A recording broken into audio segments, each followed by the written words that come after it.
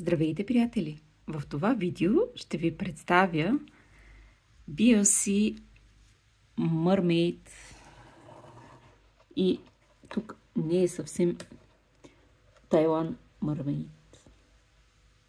Като BCT или може да го срещнете по най-различни начини абревиатурата, в зависимост кога е записано името на тага, подменени са имената на родителите няколко пъти. Така че това е името, с което аз съм го купила и е купувано от Secret Garden, Румъния, преди малко повече от една година. Когато взех растението, всъщност беше ето това. Цялото растение.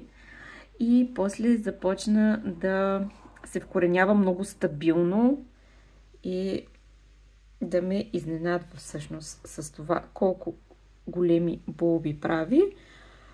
И ето така, може би ще успеете да придобиете представа. Това е саксия 12-ка. Последната булбичка, от която всъщност си цъфна, си е така повече от една педя. По-едричко, отколкото се надявах, но цвета е страхотен. Страхотен, малко ме изненада.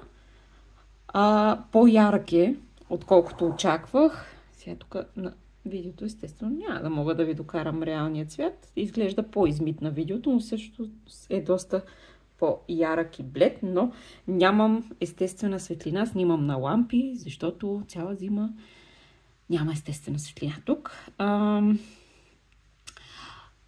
Много прилича на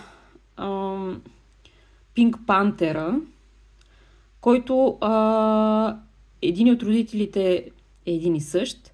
И буквално като гледах снимки в интернет, едно към едно с това растение, в същото време пък и Taiwan Mermaid също има сходни цъфтежи, честно да ви кажа. На моменти почти не виждам никаква разлика, но един от родителите се различава при двете растения. В крайна сметка аз имам и другото. И там обаче ще си почакам, защото е с почти 2 години до цъфтеж. И ще почакам да видя цвят и евентуално да видя разликата между цветовете на двете растения. Днес е ден за поливка и му предстои едно хубаво накисване. Заседено е изцяло в кори и мъх. Керамзит има за дренаж само на дъното. И като едно сравнително едро растение е и доста обичащо водата. Така че ето това е 10 на дена без от последната поливка. Може да видите, че е започва вече да спаружва булбите. Но днес е ден за поливка. Растението е гледано изцяло под фитолампи. Както виждате, цъфти. Т.е. не му трябва толкова естествена светлина, за да цъфне. От последните 2 месеца дори не е турено.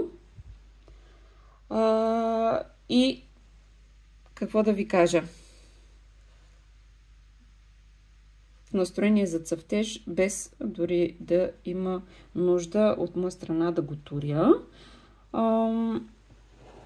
Може би има съвсем леки остатъци от предишни турента, но за тези 2 месеца бих казала, че се е измило каквото е имало като отлагания.